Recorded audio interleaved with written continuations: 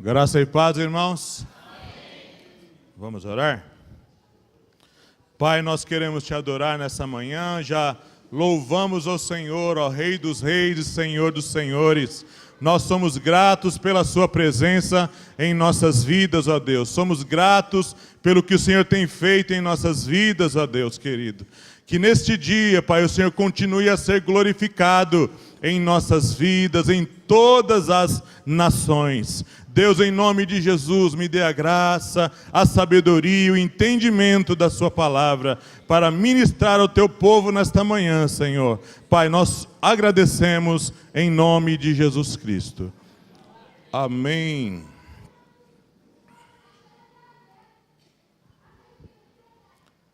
Os irmãos estão bem? Amém. Vamos continuar aqui. Já deixa a sua Bíblia aberta em Daniel capítulo 9. Eu vou fazer uma recapitulação bem rápida de algumas coisas que já vimos e vamos continuar falando sobre esse assunto.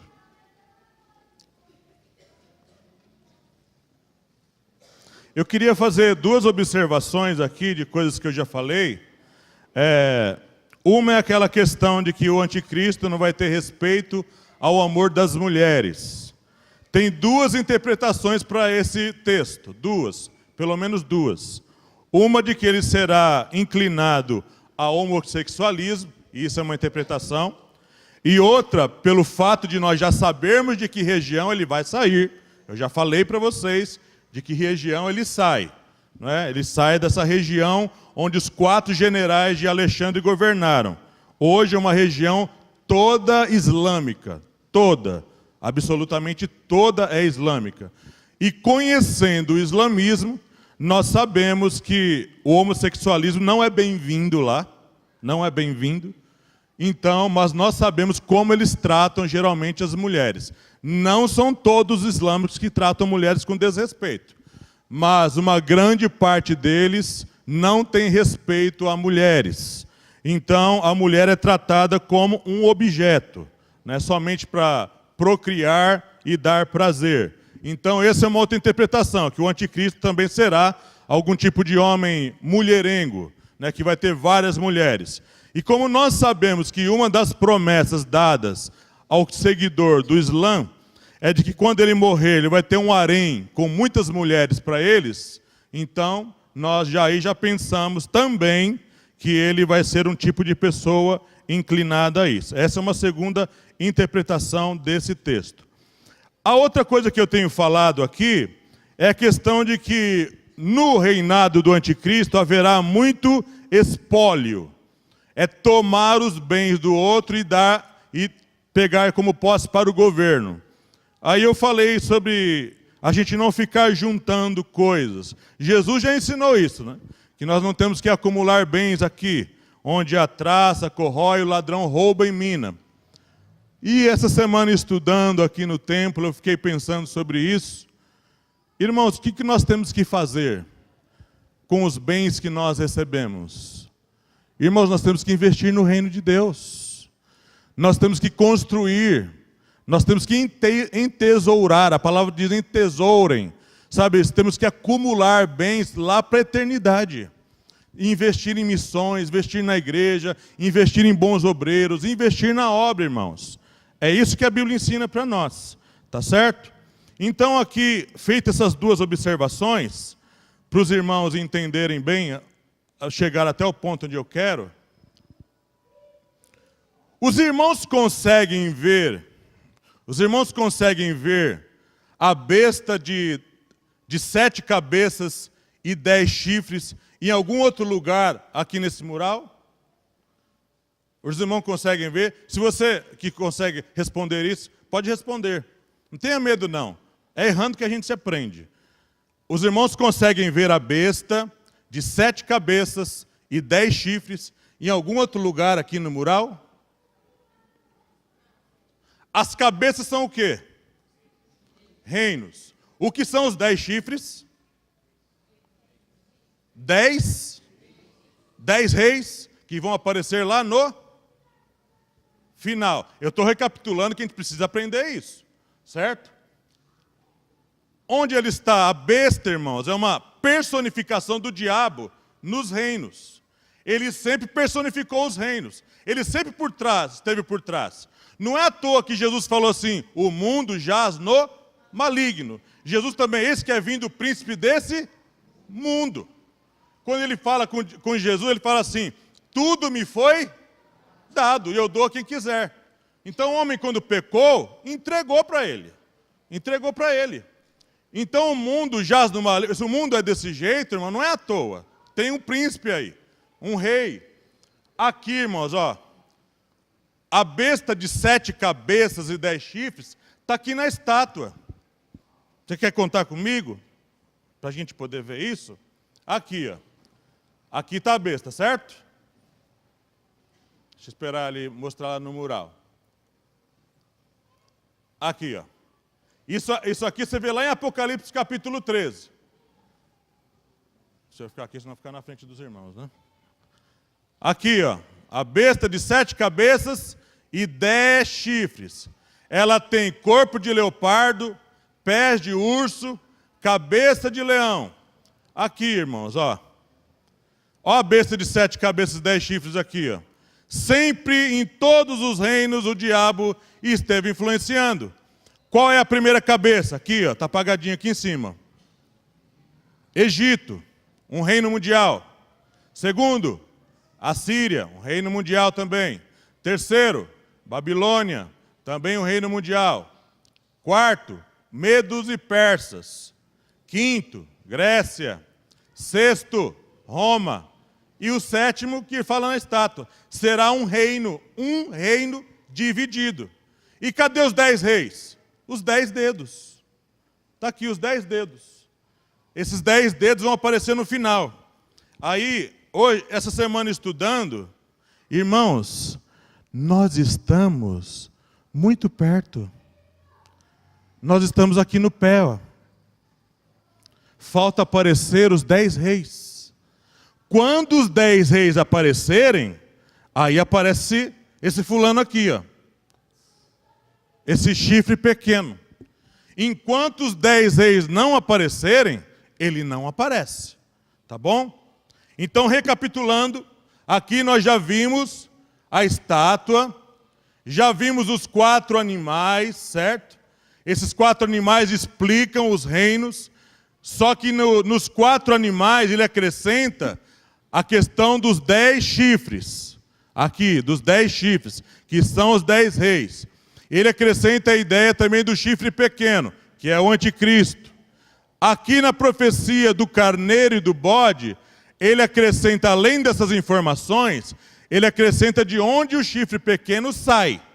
De onde ele sai, de que região ele sai. Então chegamos em 500, aí eu cheguei aqui na profecia das 70 semanas. Quando chega na profecia das 70 semanas, em 538 aqui, ó, na verdade 522, esse 538 na verdade era para estar aqui, irmãos, ó, nesse final da cabeça de ouro, certo? Finaliza a Babilônia aqui, 538 Ciro assume, ele espelha o mandamento para o povo voltar para a sua terra. Em 522, Daniel recebe a profecia das 70 semanas. São 70 semanas de anos. São 490 anos. 490 anos. Onde Deus vai cumprir 7 propósitos. 7 propósitos. Esse é o objetivo das 70 semanas. Primeiro propósito, extinguir a transgressão. Hoje nós vamos ver isso cumprido de Jesus ali. Dar fim aos pecados. Expiar a iniquidade. Trazer justiça eterna. Selar a visão. Selar a profecia e ungir o santo dos santos. Aí eu expliquei a questão de teu povo ser todos os povos, gentios e judeus. Eu queria ler hoje com os irmãos uma coisa que mostra que nem todos sabiam isso. Vamos lá para Efésios capítulo 2. Efésios 2. Pode pegar uma água para mim? Por favor.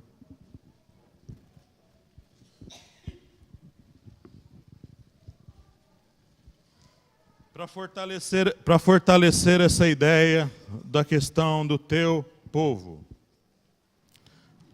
Olha só o que o apóstolo Paulo fala, e ele nos mostra que eles não sabiam como Deus ia cumprir essa profecia entre gentios e judeus. Verso 11 do capítulo 2.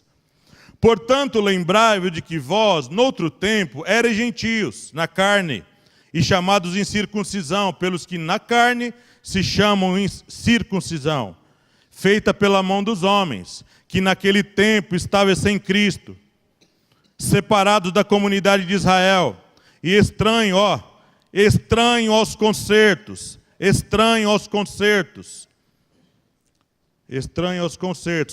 da promessa, não tendo esperança e sem Deus no mundo, mas agora em Cristo Jesus, vós que antes estavais longe, já pelo sangue de Cristo chegastes perto, porque Ele é a nossa paz, o qual de ambos os povos fez um, e derribando a parede de separação, que estava no meio, na sua carne, desfez a inimizade, isto é, a lei dos mandamentos, que consistia em ordenanças, para criar em si mesmo, dos dois, um novo homem, fazendo a paz, e pela cruz reconciliar ambos com Deus em um corpo, matando com elas inimizades. E vindo ele, evangelizou a paz a vós que estáveis longe e aos que estavam perto, porque por ele ambos temos acesso ao Pai em um mesmo Espírito. Assim que já não sois estrangeiros, nem forasteiros, mas cidadão dos santos e da família de Deus, edificados sobre o fundamento dos apóstolos e dos profetas, de que Jesus Cristo é a principal pedra da esquina, no qual todo edifício bem ajustado cresce para templo santo no Senhor, no qual também vós juntamente sois edificados para a morada de Deus no Espírito. Continuando a leitura. Por esta causa, eu, Paulo, sou o prisioneiro de Jesus Cristo, por vós, os gentios, se é que tendes ouvido a dispensação da graça de Deus, que para convosco me foi dada. Como me foi, olha só aí, ó. Eles não entendiam isso. Nem Daniel, nem Abacuque, nem Naum, nem Ageu, nem João Batista, nem os apóstolos. Isso aqui, olha o que ele fala aqui. Como me foi este mistério manifestado pela revelação, como acima em pouco vos escrevi. Pelo que quando ledes, podeis perceber a minha, olha aí que ele fala, a minha compreensão do mistério de Cristo, o qual noutros séculos não foi manifestado aos filhos dos homens, como agora tem sido revelado pelo Espírito aos seus santos apóstolos e profetas, a saber, que os gentios são co-herdeiros e de um mesmo corpo e participantes da promessa em Cristo pelo Evangelho, do qual fui feito ministro pelo dom da graça de Deus, que me foi dado segundo a operação do seu poder. A mim, o mínimo de todos os santos, me foi dada esta graça, de anunciar entre os gentios, por meio do Evangelho, as riquezas incompreensíveis de Cristo, e demonstrar a todos qual seja a dispensação do mistério, que desde os séculos esteve oculta em Deus, que tudo criou, para que, agora, pela igreja, a multiforme sabedoria de Deus seja conhecida dos principados e potestades nos céus. Nem o diabo, e nem os demônios, e nem homem algum sabia disso. Ninguém sabia disso, irmãos. Isso foi revelado a Paulo. Ninguém entendia como Deus ia incluir os gentios nos 7 propósitos. Veja que quando Pedro começa a pregar, eu já falei isso aqui, ele também não tinha entendimento. Lá no capítulo 11 ou 10 de Atos, ele tem que se explicar para a igreja. Por que você está pregando para os gentios? Tudo isso aqui é só para judeu.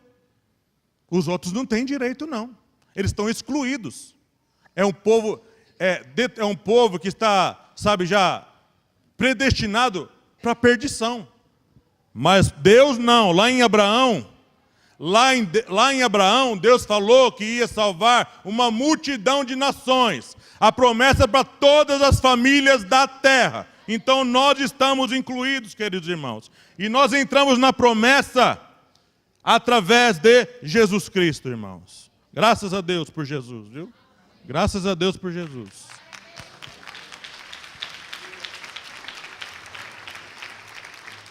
Feito essa análise, então nós seguimos para o cumprimento da profecia, certo? Então aqui em 538 começa o reino de prata, o Medo Persa. Em 522 vem a profecia das 70 semanas. Em 520 Dario, a pedido de Jerusalém, já havia judeus lá em Jerusalém, ele confirma a ordem de Ciro de restaurar o templo, não a cidade. Em Artaxerxes, aqui, você vai ver isso lá em Esdras, o rei emite um decreto para ajudar no serviço do templo. Agora em Artaxerxes I, 451 a.C., tem início as 70 semanas. Essas semanas começam assim, com 7 semanas. Vamos ver a leitura de Daniel, capítulo 9. Daniel, capítulo 9, verso 25. Daniel, capítulo 9, verso 25. Daniel 9, verso 25. Sabe e entende, desde a saída da ordem para restaurar e para edificar Jerusalém, até o Messias, o príncipe, 7 semanas. Começa a contagem aqui, ó. 7 semanas, certo? Começa aqui a construção da cidade. Ainda no final do versículo 25, ele fala: as ruas e as tranqueiras se reedificarão, mas em tempos angustiosos. Aqui desse ano, 451 a 402, foi difícil reconstruir a cidade. Ninguém deixava eles reconstruir a cidade. Foi guerra, foi luta para levantar essa cidade de novo. Mas as coisas não se levantavam como eles queriam. Né? Você vai ver lá em Neemias, capítulo 2, né? 2. No capítulo 2, ele fala que ele volta para a cidade e está todo mundo numa grande miséria. Está tudo construído de qualquer jeito. Então, sabe, foi necessário muita dificuldade, os inimigos não deixavam. Aí em 402, com Artaxerxes II, finaliza-se os 49 anos, as primeiras 7 semanas, e já começa a 62ª semana, porque ele fala aqui em Daniel 9, 25, 7 semanas e 62 semanas. Então aqui começa a 62ª semana. Começa também o período que eu chamei que a Bíblia, os historiadores chamam de período interbíblico. 420 anos mais ou menos, que Deus não mandou nenhum profeta para a terra, nenhum. Aí o que acontece? Finaliza aqui, ó, na 62ª semana, finaliza o reino de prata. Começa o reino de bronze, que é a Grécia. Estamos aqui, ó, na estátua, associando com as 70 semanas. Aí aqui nesse período surge a Septuaginta, que é a Bíblia do hebraico para o grego, feita por 70 judeus que viviam na cidade de Alexandria, fundada por Alexandre o Grande. Finaliza o bronze e já entramos no ferro, aqui em Roma. Estamos em Roma, avançando no tempo e finalizando a estátua também. Aí aqui nós temos a chamada entrada do reino romano, que ele introduz essa chamada Pax Romana, que eu expliquei para os irmãos, que abrange esporte, política, economia, essa questão do espólio, a questão do hedonismo, que era a busca do prazer. Expliquei para os irmãos todas essas coisas. Chegamos então aqui no período do Messias, no ano 1. E aí eu falei para os irmãos que pela contagem do tempo, nós estamos na idade atrasados pelo menos 4 anos. Então nós deveríamos de estar na contagem do tempo pelo menos em 2023. E não em 2018, certo? A maioria dos historiadores concorda com isso, só que agora não tem como mudar mais isso, não é, irmãos? Chegando aqui no ano 1, ele fala, vamos lá para a leitura agora, de Daniel capítulo 9. Daniel capítulo 9, verso 26.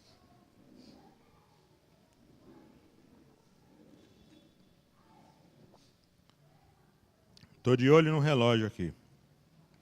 E depois das 62 semanas, será tirado o Messias e não será mais.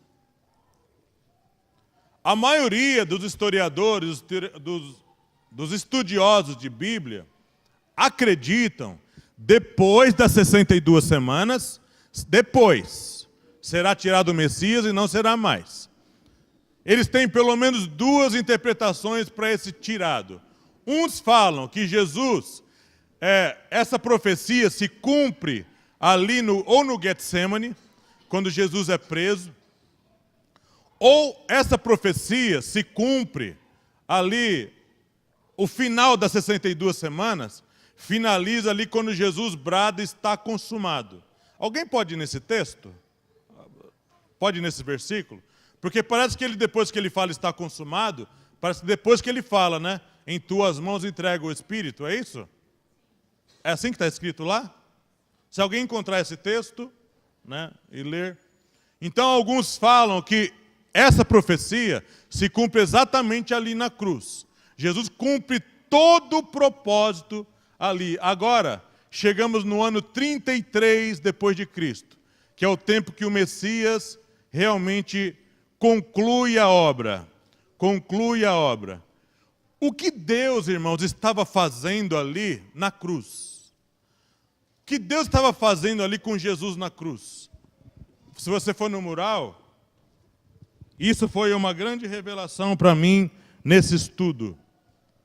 Uma revelação tremenda de Deus mesmo. Lá no mural, no 33, depois de Cristo, você está vendo uns 4 quadradinhos coloridos e em cima escrito Festa de Deus? Irmãos, aquelas festas do Antigo Testamento, aquilo não foi deixado para... Aquilo não era costume judaico. Deus não colocou aquilo como costume judaico. Ele não colocou aquilo como uma coisa só para deixar de enfeite lá na Bíblia. A palavra festas, no hebraico, é moed. Estações próprias. Tempos determinados para fazer certas coisas. São 7 festas, irmãos. 7. Onde Deus marca toda a sua obra. A primeira festa é a Páscoa. A segunda festa era a festa dos pães asmos. Terceira festa, primícias. Quarta festa, Pentecostes. Quinta festa, trombetas. Não é à toa, irmãos, que a gente vai voltar lá no toque da última trombeta. A sexta festa, expiação. E a última festa, tabernáculos. Em Jesus, Deus estava cumprindo 4 festas. Vou meditar com vocês nisso aqui. Deixa a Bíblia de vocês aberta lá em Levítico 23. Irmãos, é uma coisa linda de Deus, irmãos. Que Deus estava fazendo aqui. Se cumprindo literalmente na vida de Jesus. Literalmente na vida de Jesus. Não somente os seus tempos, mas aqui, ó, os seus 7 propósitos. Estas 4 primeiras festas, lembrando os irmãos, Páscoa, Asmos, Primícias e Pentecostes, essas festas, as 4 primeiras, elas se cumpriam na primavera. Era também conhecido como festa das primeiras chuvas, ou chuvas temporãs. Essas festas aqui, elas eram festas para serem colocadas como fixas. Como fixas. Nós não precisamos mais celebrar essas festas. Não precisa ficar preocupado com isso, irmão. Deus estava fazendo aqui outra coisa. Olha aí, a Páscoa, como era celebrada. E outro irmão, deixa aberto lá em Marcos, capítulo 15, versículo 25. Marcos 15, versículo 25, 33 e 34. Eu vou abrir aqui em Levítico 23.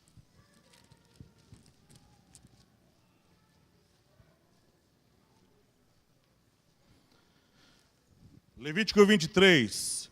Depois falou o Senhor a Moisés, dizendo: fala aos filhos de Israel e diz-lhes as solenidades do Senhor que convocareis, serão santas convocações, estas são as minhas solenidades. Minhas. Não são solenidades suas, são minhas. Eu coloquei para ser fixo. Eu vou marcar tempos. Olha a Páscoa. Estas são as solenidades, pulando o sábado. Estas são as solenidades do Senhor, verso 4. As santas convocações, que convocarei no seu tempo determinado, no mês primeiro, ao 14 do mês. Mês primeiro era conhecido como mês de Nissan, março e abril. Não é janeiro, não. O que marca, que começa a marcar o tempo para o judeu, era o aparecimento da lua, não é o pôr do sol, irmãos. Isso é coisa de adventista. É o aparecimento da lua que marcava os tempos. Então ele segue o ciclo lunar. Para o judeu, o ano tem 360 dias. Não é 365 dias. Certo? 360 dias. Agora lê alguém Marcos 15, 25 aí. 15, 25, o verso 33 e também o verso 34. Marcos 15, verso 25, verso 33 e verso 34. Aí, vai lendo devagar. Era a hora terceira, 9 horas da manhã. Continua. Ele foi crucificado essa hora. Chegar a hora sexta, meio-dia. Olha aqui, vamos nos encontrar no texto. Jesus foi crucificado 9 da manhã, certo? Do meio-dia até as 3 da tarde, houve trevas sobre toda a terra, escuridão. Continua. A hora nona,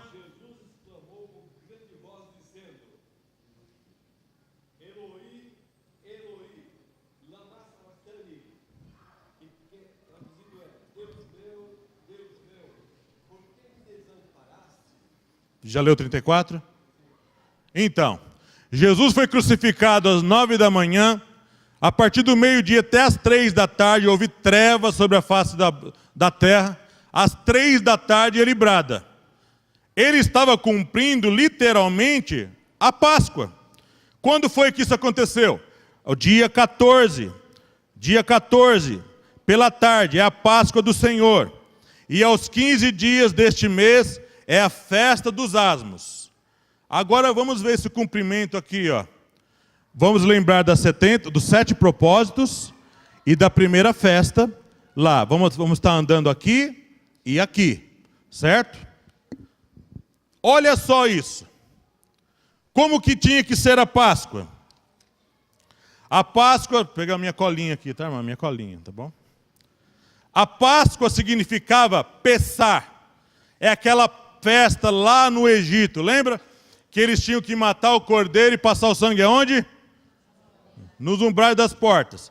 Quem tivesse o sangue lá, o destruidor não destruiria, não matava, não é? Então ali era Páscoa. Deus passará por vós.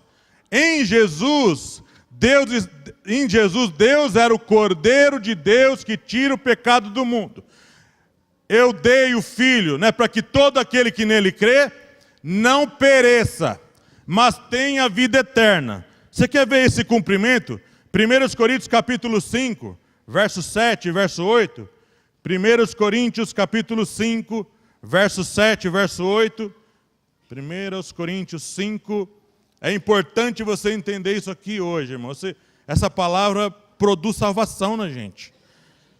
1 Coríntios capítulo 5, verso 7 e verso 8. Alimpai-vos, pois, do fermento velho, para que sejais uma nova massa, assim como estáis sem fermento, porque Cristo, nossa Páscoa, foi santificado por nós, pelo que façamos festa. Olha a palavra aqui. Façamos festa, não com o fermento velho, nem com o fermento da maldade e da malícia, mas com os asmos da sinceridade e da verdade. Paulo está falando de 2 festas aqui. Ele está falando da festa da Páscoa e está falando da festa dos asmos. Eu vou explicar para os irmãos. Na Páscoa, o cordeiro estava sendo morto no lugar de todos os homens. Deus estava ali, na Páscoa, cumprindo exatamente ali na cruz. exatamente aqui na cruz, irmãos, na festa das primeiras chuvas, na primavera, nas chuvas temporãs, Deus estava falando assim: olha, eu estou dando o cordeiro, estou cumprindo a Páscoa para toda a humanidade, gentios e judeus. Não tem mais que fazer sacrifício, não resta mais sacrifício pelos pecados. O meu filho que eu estou oferecendo por vocês é a solução, é a saída para matar. Eu acabei estragando isso aqui essa semana. Aqui, irmãos, vamos aqui para 70 semanas. Na Páscoa, aqui, Jesus está extinguindo a transgressão, está dando fim aos pecados, Ele está expiando a iniquidade. Na cruz, ali o Filho de Deus está falando assim: olha, eu estou cancelando toda a dívida. Você quer ver esse negócio, irmão? A dívida, aquela parábola, a parábola dos devedores. Um devia 10.000 denários, não era isso? E outro devia 100, não é? Deus estava perdoando a dívida de todo mundo ali que cresce. É só pela fé. Em Jesus, Deus estava cumprindo ali a Páscoa. Qual é a segunda festa? Dos asmos. Lá em Levítico 23 ainda. Levítico capítulo 23.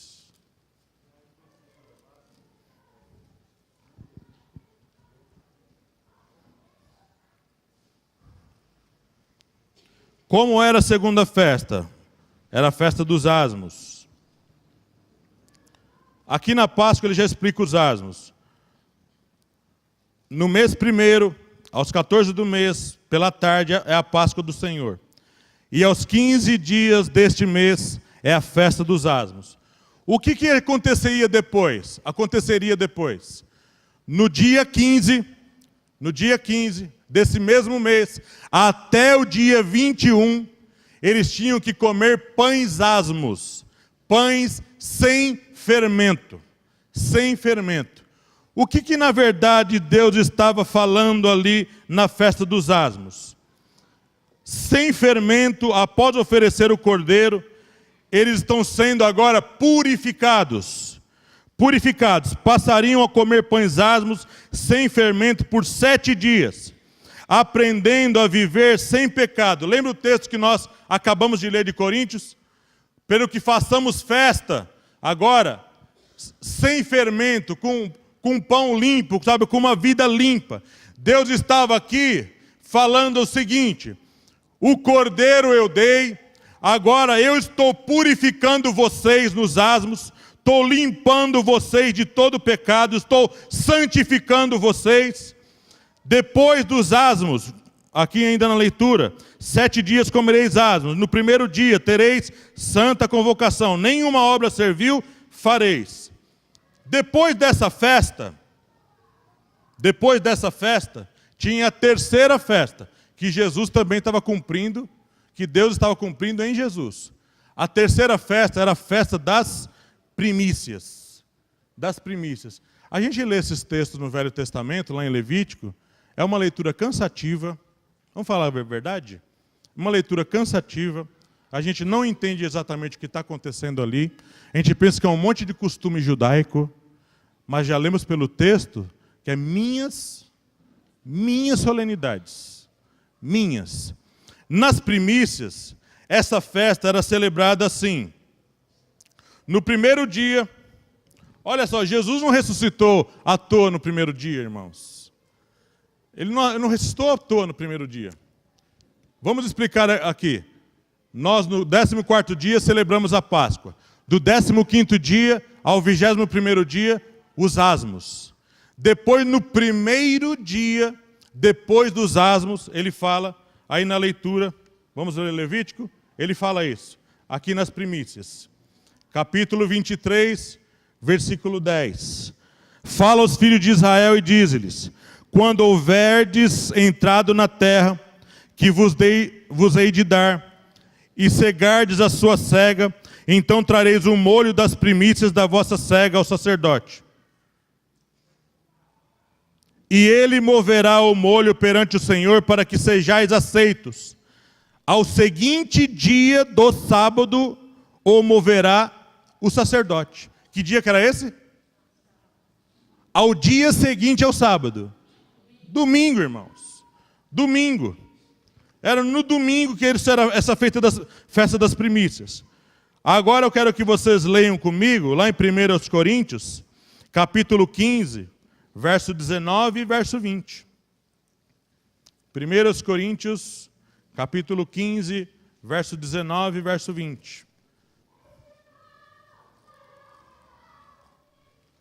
1 Coríntios 15, verso 19 e verso 20.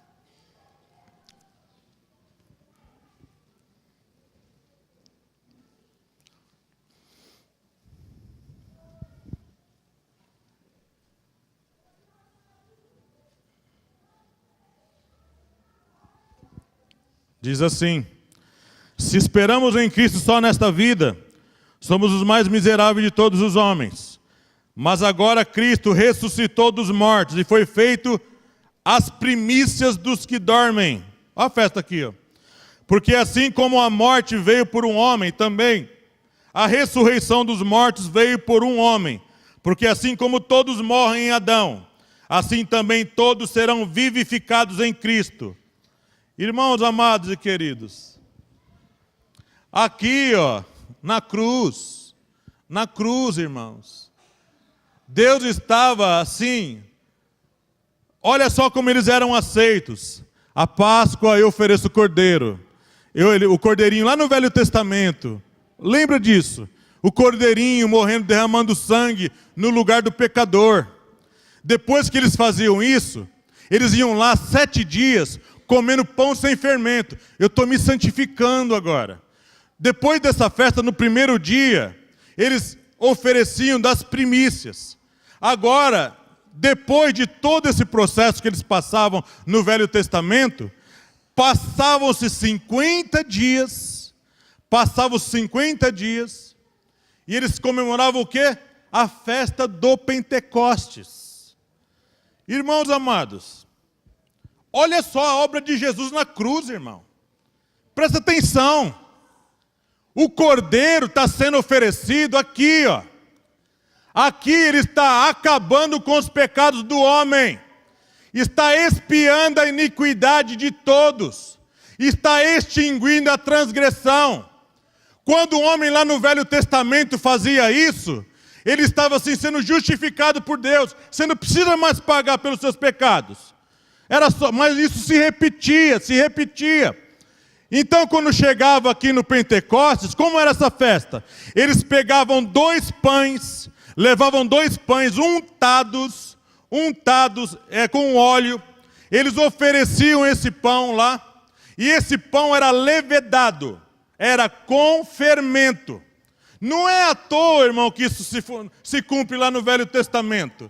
Porque no Novo Testamento, o que Deus está fazendo aqui na cruz? Se você entender isso aqui hoje, irmão, você pode ir embora. Porque, olha, isso é uma revelação tremenda. Jesus está morrendo na Páscoa por nós.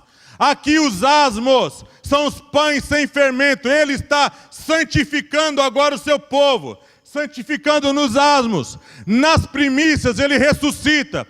Quem está em Cristo, irmão, aqui morre com ele na cruz. Se santifica nos asmos com ele. Agora em Cristo nós somos as primícias. Quando Jesus ressuscita, irmão, tem um grupo que ressuscita ali junto com ele. Se não me engano está em Mateus 22 isso aí. Ele está dando um sinal de que no final haverá uma grande multidão de pessoas que vai ressuscitar. Isso aqui, irmão, é as primícias de Deus. Quando chega no Pentecostes, 2 pães untados ali com levedo, são os 2 grupos da igreja, gentia e judia. Esses dois pães têm pecado, não tem? Então o que acontece? Eles são untados. E no Pentecostes o que acontece? Os pães eram, lá no Velho Testamento, o pão era movido assim, ó, pelo sumo sacerdote. O que aconteceu lá no Pentecostes, irmãos? O Espírito Santo desceu na igreja lá e moveu a igreja. O óleo veio e untou. Ali Deus estava falando assim: As minhas solenidades eu vou cumprir no meu filho. No meu filho, no meu filho, vocês morrem. Nos meus filhos vocês são santificados. Nos meus filhos vocês ressuscitam. Nos meus filhos eu venho e encho vocês do Espírito Santo. Irmãos queridos.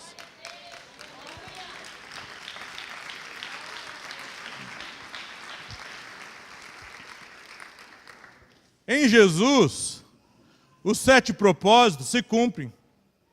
É Ele quem nos justifica, irmão querido. Ontem lá no hospital com meu irmão, sexta e sábado, eu fiquei o dia todo com ele.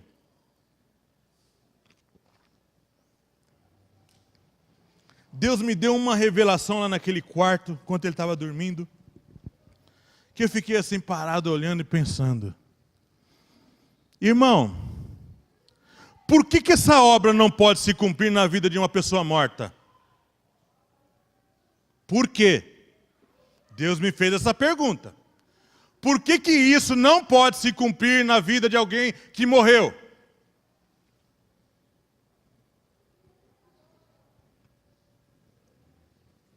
Alguém pode responder isso? A Bíblia é dividida em 2 partes, não é? Velho, o quê? O que é um testamento? É uma herança? É uma herança? Por que uma herança não pode ser dada para uma pessoa morta? Não entendi? Alguém pode receber uma herança, digamos que seu pai já fez o testamento e dividiu entre os 4 irmãos, não é? Os 4 irmãos. Digamos que no meio do caminho, antes do seu pai morrer, um filho morre. A herança vai ficar entre quantos? Entre 3. Por que o outro não recebe? Morreu. Morreu, não foi? Irmãos, olha isso, irmãos. O que Deus estava fazendo ali na cruz, irmãos? Pensa comigo. Pensa bem comigo. Deus estava perdoando. Alguém pode receber perdão depois de morto? Deus estava perdoando e dando uma herança. Os 7 propósitos das 70 semanas precisam se cumprir na vida de gente viva. Gente viva, não pode estar morto. Aí você pensa assim, pastor, mas nós morremos. A gente não continua morrendo? O ser humano não continua morrendo, irmão? Mesmo os crentes morrem? Não morrem fisicamente, não morrem? Como que eu vou garantir? Como que eu vou garantir que esses 7 propósitos, as promessas, a herança, cruzem a eternidade? Tem que cruzar a eternidade, porque senão eu só recebo aqui. E Paulo fala, se esperamos em Cristo somente nas coisas dessa vida, ele não está falando de coisas palpáveis, não, ele está falando de outra coisa. Ele está falando das festas. Somos os mais miseráveis de todos os homens. Irmãos, para garantir a nossa herança na eternidade, porque só recebe herança alguém que está vivo, precisa estar vivo. Para garantir essa herança, irmãos, na 4ª festa, que é do Pentecostes, Deus vem e fala assim, olha, para garantir, para dar o penhor da herança do salvo na eternidade, eu vou fazer uma obra, não é só no corpo de vocês. Eu não estou só santificando vocês nos asmos. O meu espírito vai entrar na alma de vocês, no espírito de vocês. Quando vocês morrerem, a herança está garantida lá na eternidade. Porque lá na eternidade vocês continuarão vivos. Irmãos, lá na eternidade continuaremos vivos. A nossa herança vai estar intacta. Intacta, irmãos. Vocês entendem o que eu estou falando, irmãos queridos? Eu só posso ter um advogado diante de um juiz, sabe, se eu estou vivo. Jesus é o meu advogado, Jesus é o meu sumo sacerdote. Jesus é aquele que foi feito as primícias dos que dormem. Quem crer nele, quem morre com ele na cruz, quem ressuscita com ele na cruz, quem é santificado com ele na cruz, quem morre, quem termina a sua vida com ele, lá na eternidade tem a sua herança garantida. Por isso que a Bíblia fala que nós somos co-herdeiros com Cristo, queridos irmãos. Irmãos, se você entender isso, aí então nós podemos avançar lá no tempo.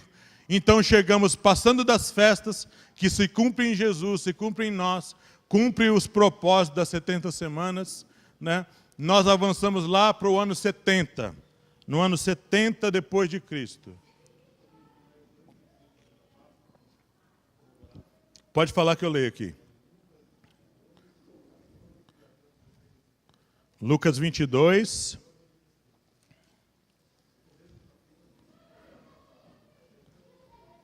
Lucas 22, 12 ao 14. E chegada a hora, Lucas 22, a partir do 14.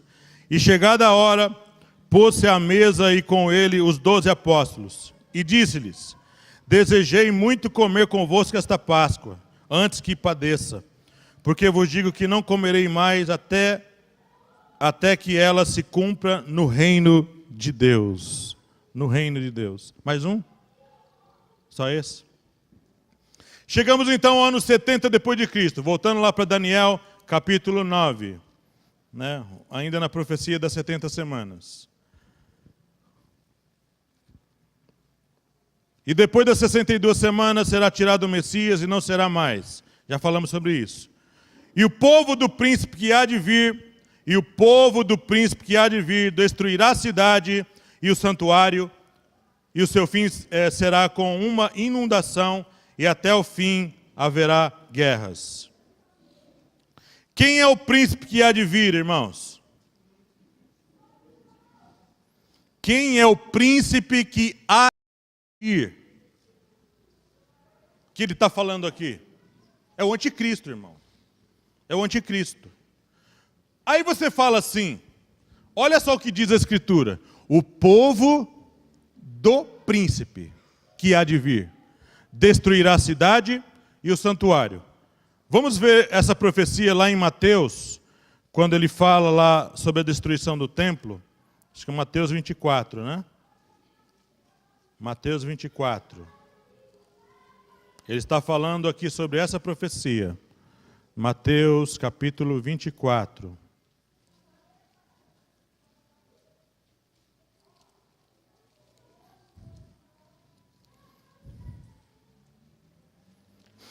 Versículo 1. Verso 2, na verdade. Ou 1, 2, tá? E quando Jesus ia saindo do templo, aproximaram-se dele os seus discípulos para lhe mostrar a estrutura do templo. Jesus, porém, lhes disse: não vedes tudo isso? Em verdade vos digo que não ficará aqui pedra sobre pedra que não seja derribada. A gente já ouviu por muito tempo, eu também ouvi muitas vezes, que no ano 70 depois de Cristo, o general Tito entrou em Roma e destruiu a cidade e o templo. Não é? A gente ouviu muito tempo essa explicação dessa forma. Foi em Jerusalém, destruiu a cidade e destruiu o templo. Eu ouvi bastante tempo isso, mas aí nós temos que ir lá na história. Não é? Temos que ir lá na história, porque a gente pensa, o povo do príncipe que há de vir destruirá a cidade e o santuário. Então, qual era o povo que estava destruindo ali Jerusalém naquele tempo? Os romanos, irmãos. Os romanos que estavam destruindo aquilo ali. Isso é que nós ouvimos durante muito tempo. Aí eu fui consultar alguns historiadores seculares e evangélicos. Né? Fui atrás dos dois.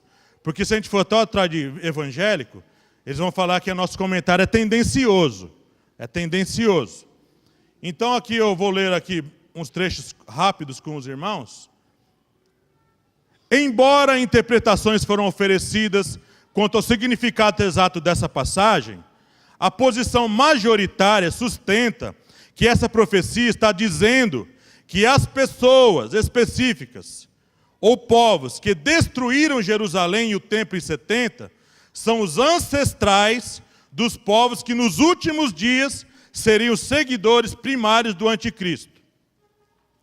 A maioria acredita que a destruição da cidade e do santuário são uma referência para a destruição que ocorreu em 70, quando as legiões romanas, sob o comando do general Titus, destruíram tanto a capital judaica, Jerusalém, como o seu templo. Dessa forma, a grande maioria dos estudiosos de profecias e seus alunos concluíram que os povos romanos de 70 podem ser identificados como os ancestrais dos povos seguidores do anticristo. Porque os soldados eram cidadãos romanos.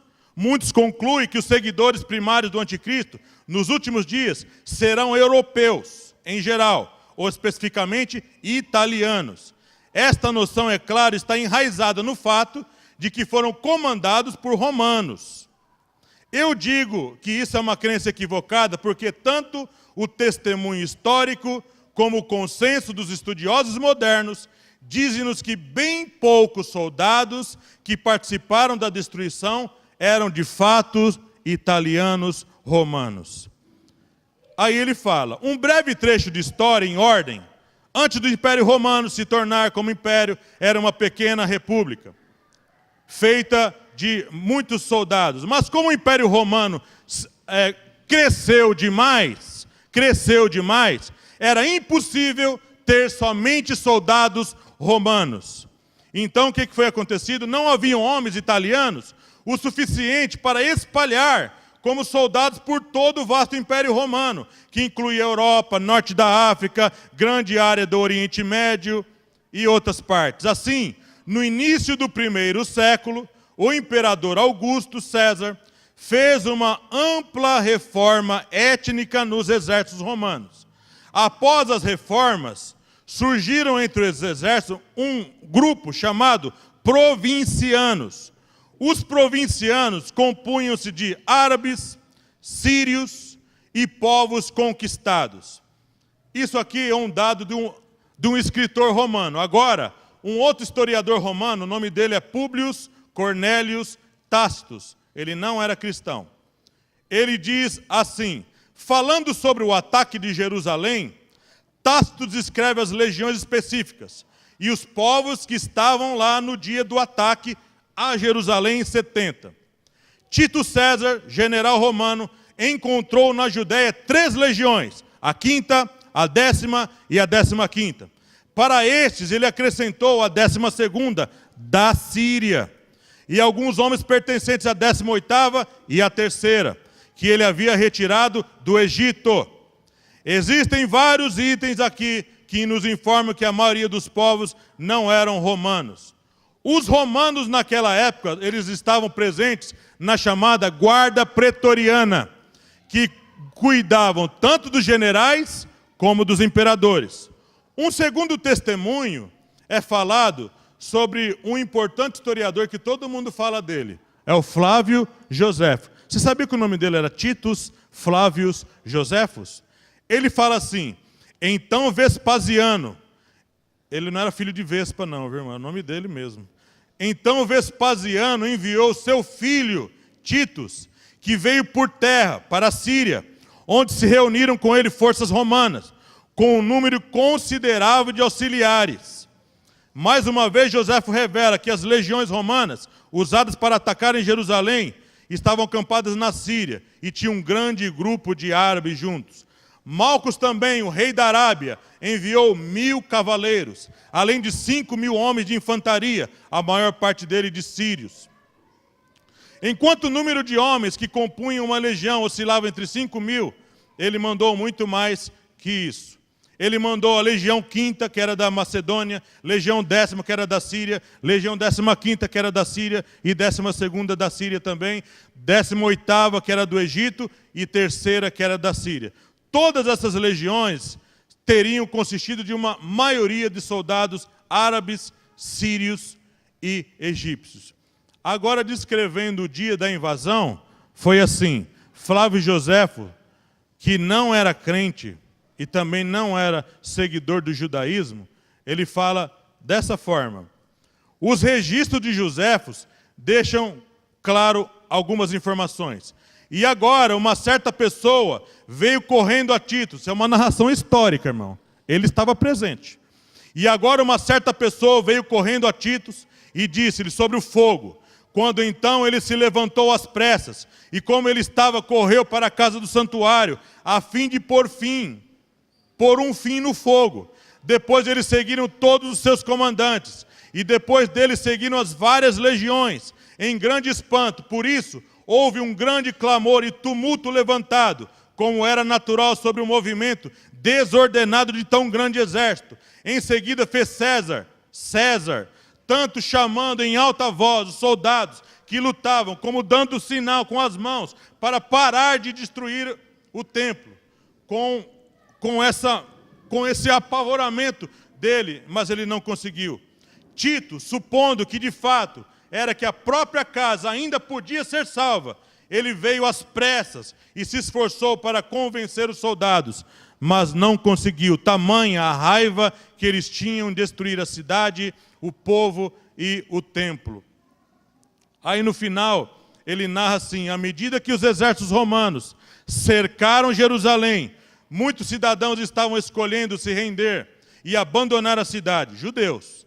Ao fazerem isso, muitos engoliram tudo, o ouro, a moeda de prata, na esperança de pegar depois. Mas quando saíam para se entregar aos soldados romanos, como suplicantes, pensando que eram romanos, encontraram um grupo de pessoas, árabes, sírias e de outras nações, que eles simplesmente pegavam eles e dissecavam. No final do dia, multidão de árabes, como os sírios, cortaram aqueles que vieram para se render. E no final do dia, mais de 2.000 judeus foram dissecados para pegar o ouro que estava dentro deles. Isso é uma narração de gente que não é crente, irmãos. Então aqui, ó, o povo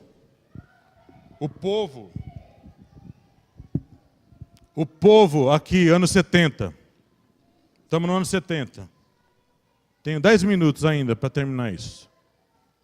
Aqui, ó, no ano 70, essa profecia se cumpriu exatamente, mas quem estava aqui eram bem poucos romanos. A narrativa histórica está aí. Tem até o nome dos livros, se você quiser ir atrás depois e consultar isso. Eu fui atrás, irmãos. Eu estudei e fui atrás. Então a maioria, isso aqui é uma prova disso aqui, ó. Isso aqui é uma prova disso aqui, que o anticristo vai vir de um desses chifres aqui, de uma região islâmica. De uma região islâmica. E vai ser um homem riquíssimo.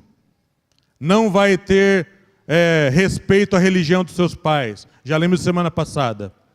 Avançando no tempo, aqui, estamos no ano 70, chegamos então em 330, que ainda é Roma. Ainda estamos aqui no ferro, certo?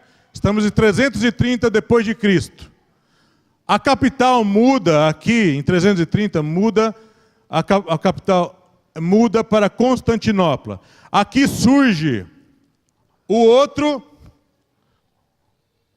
aqui surge a outra perna. Você veja aqui que Roma são duas pernas. Lá na estátua são duas pernas de ferro. Não é à toa que é duas pernas, irmãos. É o Império Ocidental e o Império Oriental. O Oriental surge aqui, ó, em 330, certo? Estamos em 330, aqui, antes de Cristo, depois de Cristo. Quando chega em 476 depois de Cristo, uma das pernas desaparece, né? O reino ocidental acaba aqui, ó. A Roma ocidental acaba aqui. Eu pus aqui também um negócio chamado Massoretas. O que é isso? A Bíblia, antigamente, não tinha a inclusão das vogais no hebraico original. Aparece um grupo de judeus chamados Massoretas, que eles dão o acento massorético, ele inclui as vogais na língua hebraica. Tanto que hoje, lá no meio judeu, eles não falam que fala hebraico, eles falam uma língua chamada Yiddish, que é uma mistura de um hebraico com esses textos massoréticos, certo?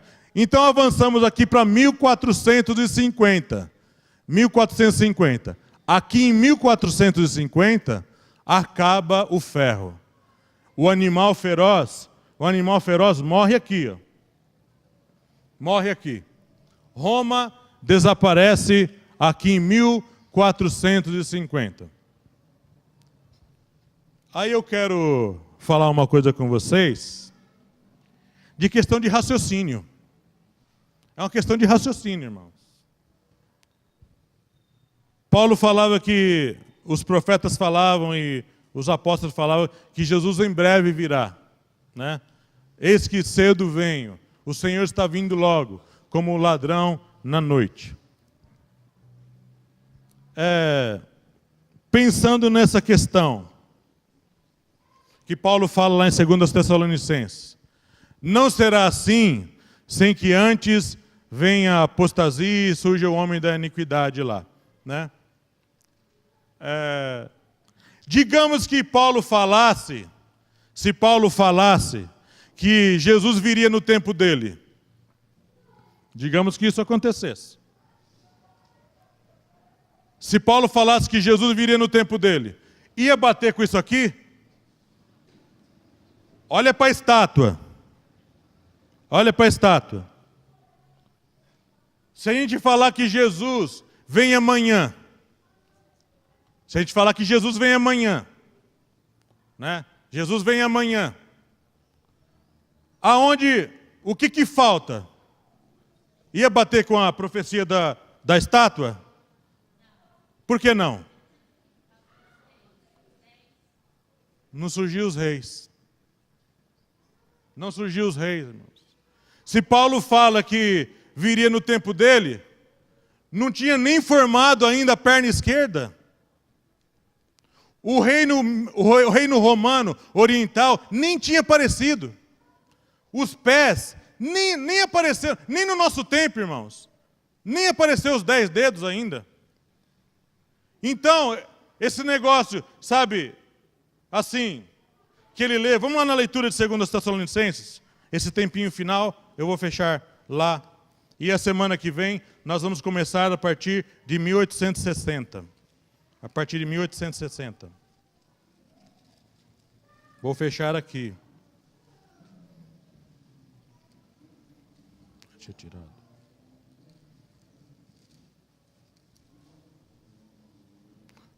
Segundo aos Tessalonicenses 2.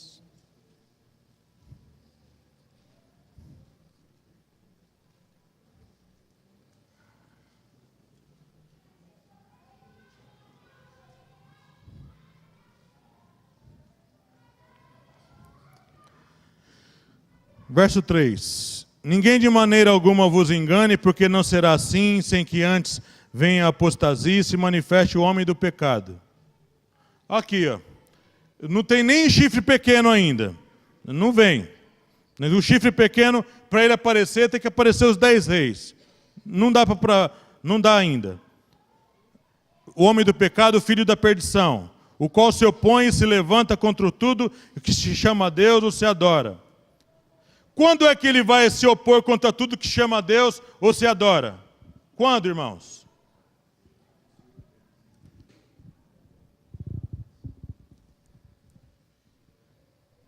Quando é que ele se levanta para perseguir os santos? Aqui, irmãos, ó. Aqui. É aqui que ele faz isso. Ó. A gente vai continuar lendo a profecia das 70 semanas, semana que vem, mas ele aparece aqui, ó. No início da semana, faz um acordo com muitos por uma semana, não é? A gente vai ler essa profecia ainda, não cheguei lá. A gente vai continuar nas 70 semanas. As 70 semanas, ela abrange tudo. Ele aparece aqui, ó. Aqui ele rompe o acordo. Aqui ele faz guerra com os santos. 3 anos e meio. 3 anos me foi dado. A Bíblia fala que foi dado ele guerrear contra os santos e vencê-los. Aqui, ó. Aqui ele se levanta, aqui ele se volta contra os judeus. É aqui, ó, e crentes, os que têm o testemunho de Jesus e que guardam os mandamentos. 2 grupos que ele vai estar guerreando aqui. E aí o que acontece? Então, essa questão de 2 Tessalonicenses não pode acontecer em nenhuma fase da história. Tem que acontecer ali. Ninguém de maneira alguma vos engane, que ninguém engane vocês. Acorda. Porque não será assim sem que antes venha a apostasia, se manifeste o homem do pecado, o filho da perdição, o qual se opõe e se levanta contra tudo que se chama Deus, ou se adora, de sorte que se assentará como Deus no templo de Deus, querendo parecer Deus. Não vos lembrai de que estas coisas vos dizia quando ainda estava convosco?